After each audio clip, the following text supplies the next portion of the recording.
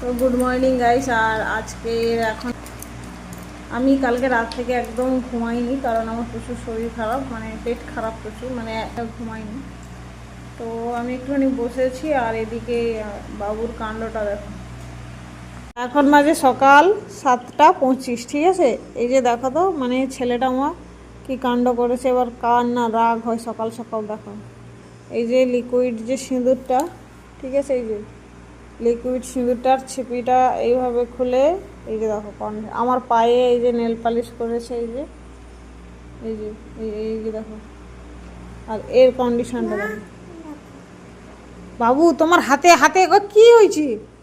এরা ওর নিজের হাত রাতগুলোর অবস্থা দেখো। আর আমার কালকে থেকে খুব শরীর খারাপ, তার জন্য আমি ওকে কিছুই বলতে পারছি না, চুপচাপ বসে আছে। এই যে দেখি মুখটা দেখাও তোমার।